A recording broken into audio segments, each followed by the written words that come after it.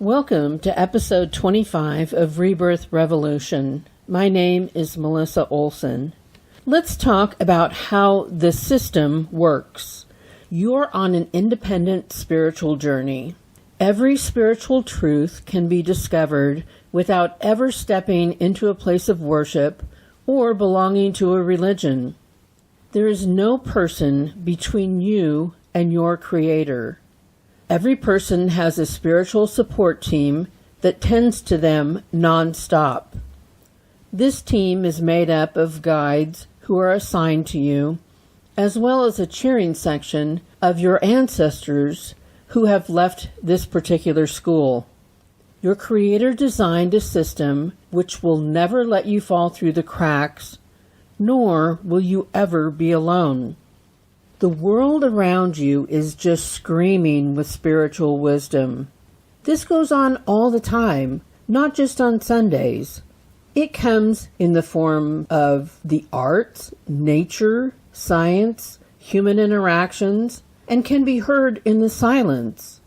It is found in everything seen and everything unseen. When you graduate from this school and go on to the next, which is right next door, you will find that there are no religions and there are no political parties on the other side. Each soul is the sum total of their thoughts, beliefs, and actions. On the other side, you cannot stand behind a leader who told you what to do. You and you alone are accountable for your choices.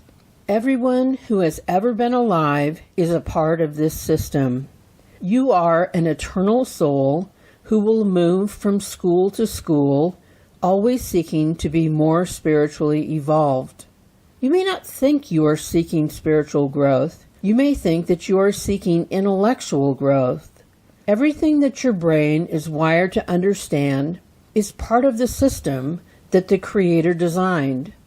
It's all the same thing, the Creator and the creation.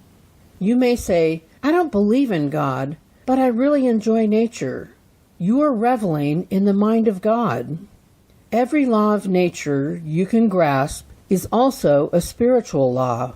The system, as it was created, is not ruled by the petty behaviors that afflict people. It is one that is designed to take people from a place of little understanding to a place of deep understanding. Those in the system were never expected to be perfect, but they are expected to grow. All the lessons needed to grow are presented, not as punishments, but as opportunities for growth. There is much beauty and light in this system, but, as in all things, there must also be opposition, so there is the darkness, too. The cornerstone of this system is free will. Your job at all times is to choose the light over the darkness. Spiritual understanding is what creates a sense of ease in being a human in this school. It is the framework that makes sense of the world around us. That's why we seek it, no matter what we call it. Without a framework, the world and all that happens in it can seem to be meaningless chaos. But there is meaning in everything that is happening. You have a spiritual homing device that can make you vulnerable to people who would seek to control you. You are always looking for answers, and there are those who will tell you that they possess something you cannot find on your own. They are not telling you the truth. The way forward is always inside you. You just need to tune in and follow the clues that appear for you.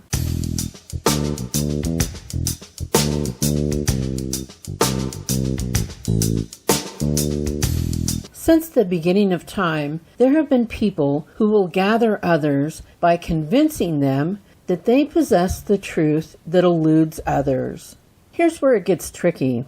Each and every organization that professes to be the one true way has a piece of the puzzle figured out. That is what makes them so inviting. This is true in everything from the largest religions down to the smallest cult.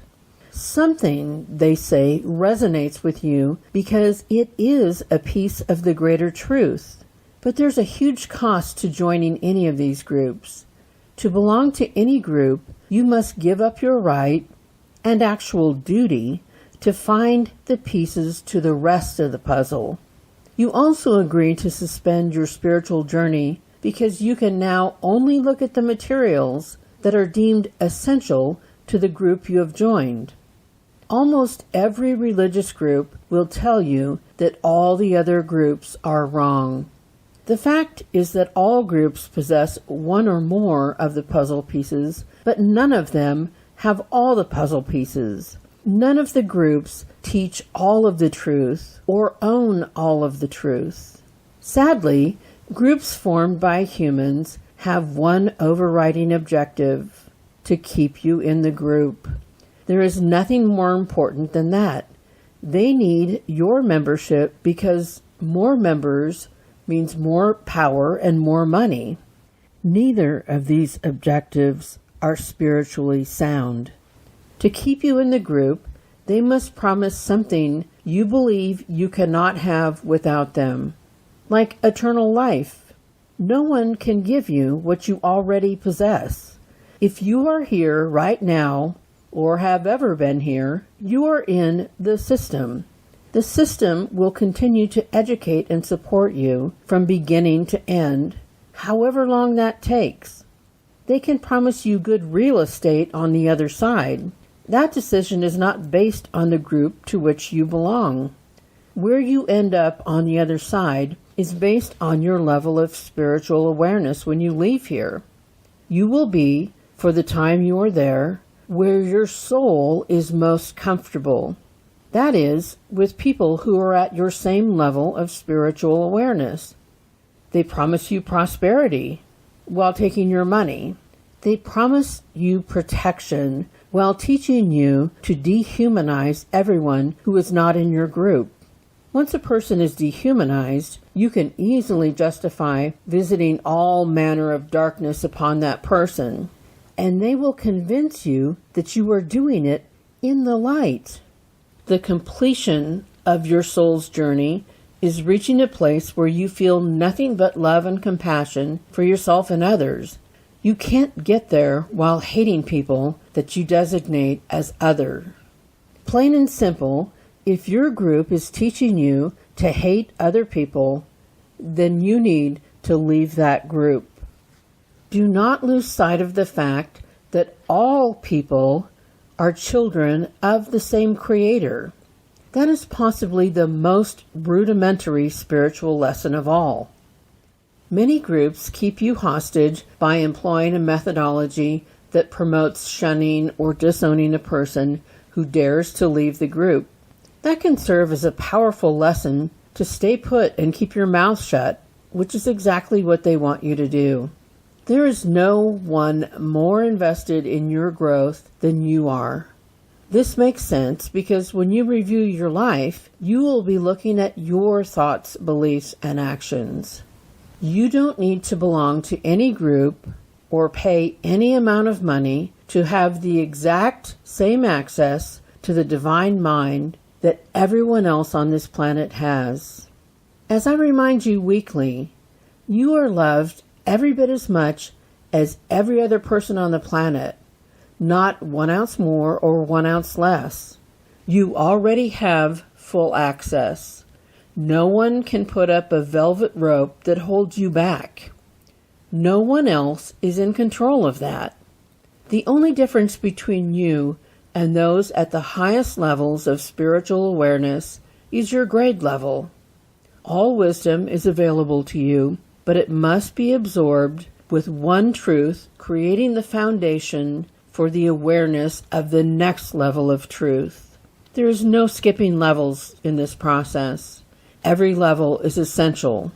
At some point, you may have to make a decision to cut ties to be able to grow into the best version of yourself possible, instead of the version of yourself that lines up with the group's thinking. or to keep the leaders of that group comfortable.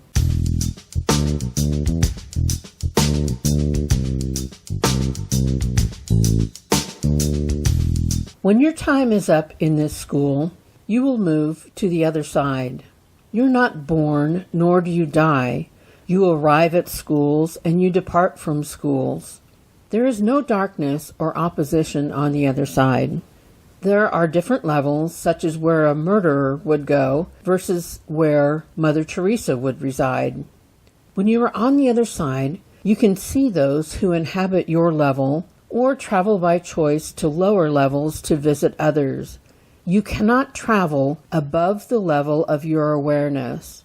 You just wouldn't be able to handle it. Souls at higher levels could choose to come down and see you. The lower levels are darker and made up of a denser energy, while the higher you get, the more light you are able to take in. You would not be able to withstand anything above you, and the levels below you make you feel less comfortable. When you get to the other side, the brilliance is beyond description.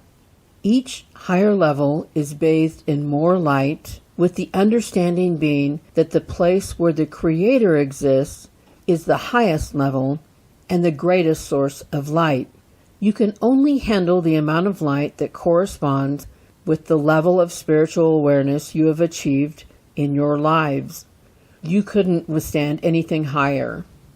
On the other side, you will still be asked to act on faith, though it will be easier to do from there.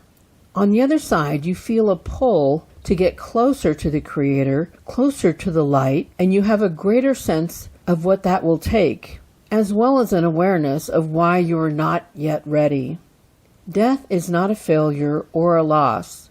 It is a graduation to your next school where you will craft yet another curriculum. In most cases, you made an agreement about the amount of time you would spend in this school, your departure date selected before you arrived. That being said, there is always the element of free will that can change that. You may have decided to leave at the age of 73, but someone can choose to drive drunk and hit and kill you when you were younger than that. Free will is the element of chaos that we cannot completely control. When you leave here, you will take with you that which you have already mastered, along with your to-do list from this life. The final assessment you will do when you leave this school works like this: your level of spiritual awareness when you arrived, plus the level of spiritual awareness when you depart, minus mitigating circumstances. Much of the assessing of what happens here on earth comes down to intent. The things that were chosen due to mental health issues will not be assessed the same way as having done the same thing with a clear mind and bad intent. When you arrive on the other side, the elements of your journey that you don't actively remember will be explained to you. There may be reasons that you made some of the choices you did, even though you could not remember the elements that influenced you. All will be clarified when you review your life. You will most likely be your own harshest critic. Here on earth, I believe that what others think of me is none of my business. Apparently that's not the case on the other side. Once on the other side, you hear what others say and think about you, both the good and the bad. I would imagine the good washes over you in a warm and wonderful affirmation.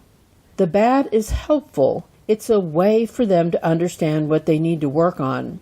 Many, when in Earth School, had the ability to shut down anyone who had an issue with them, or they were able to argue against any point others provided as constructive criticism. But there are no comebacks from the other side. You must simply hear it, accept it, and use it to get better. Souls on the other side invite the difficult truths because they become very clear that their mission is to grow, and they will need that information if they're to do so. To support the growth of the departed, we must speak our truth to them, the entire truth.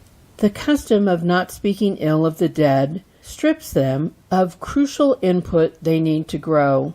And hey, it may be the only time you actually win an argument with them. When you get to the other side, you drop all ego and resistance to change. You finally get what it was about.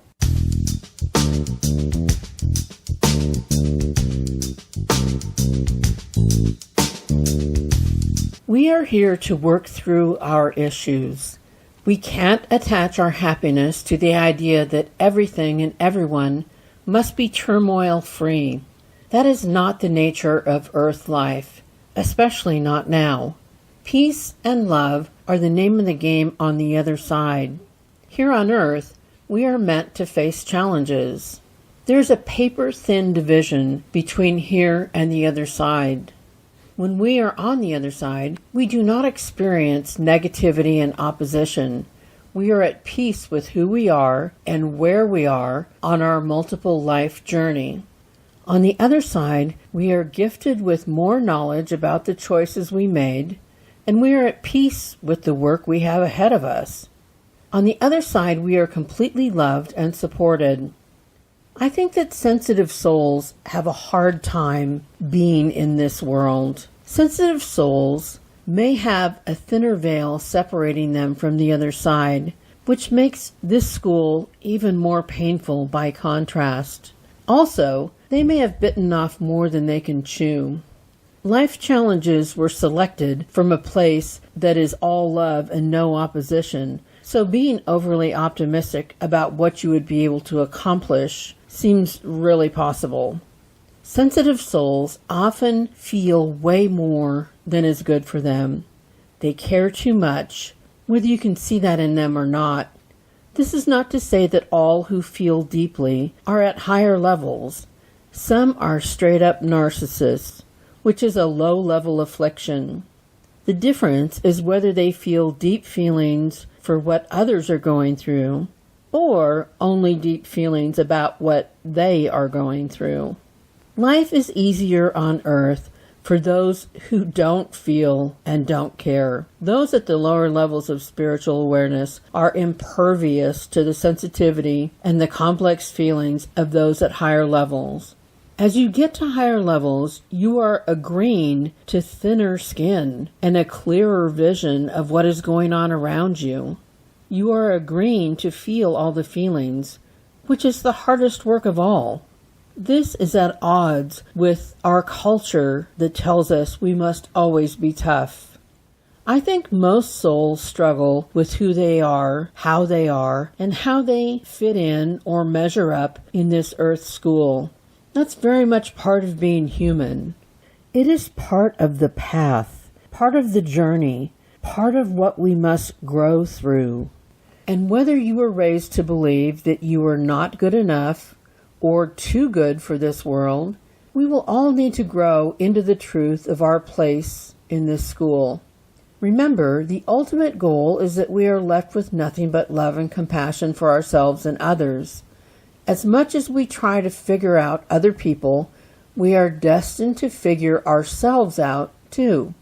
There's the figuring, and then there's the acceptance and love. It's a tall order. That's why it is the ultimate in spiritual awareness. If this were not something you needed to work on, you wouldn't be here. You would have already graduated and left this difficult school. It makes perfect sense to me that we humans try to find the escape hatch sometimes. The glass of wine at the end of a bad day can dull the anxiety that it produces. Then there are those who feel the need to crawl right back into the spiritual womb, like those who choose drugs that effectively remove them from this world, putting them back in a state where there is no struggle or torment. Well, of course, those drugs are seeking to destroy everything they are and everything they have, but in that moment, they feel that they're back there in that place where everything is love and acceptance. It's all so much, this being human.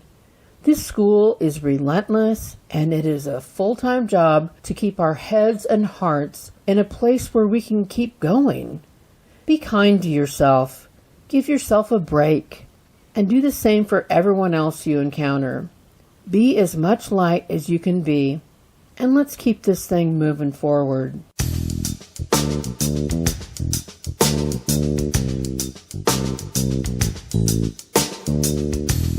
That was a lot to take in. If it leaves you with questions, email me at rebirthrev@gmail.com. You may also wish to follow Rebirth Revolution on Facebook, Twitter, and Instagram. It would help me to know what questions you have about any and all of it. Welcome to new listeners in Mexico and the Netherlands. We're all in this together, so I'm glad to have you here. Until next week, stay open, act with integrity, trust your intuition, and listen to as much silence as you can handle. Remember, you are loved exactly as much as every other person on the planet, not 1 ounce more or 1 ounce less. Stay strong this week.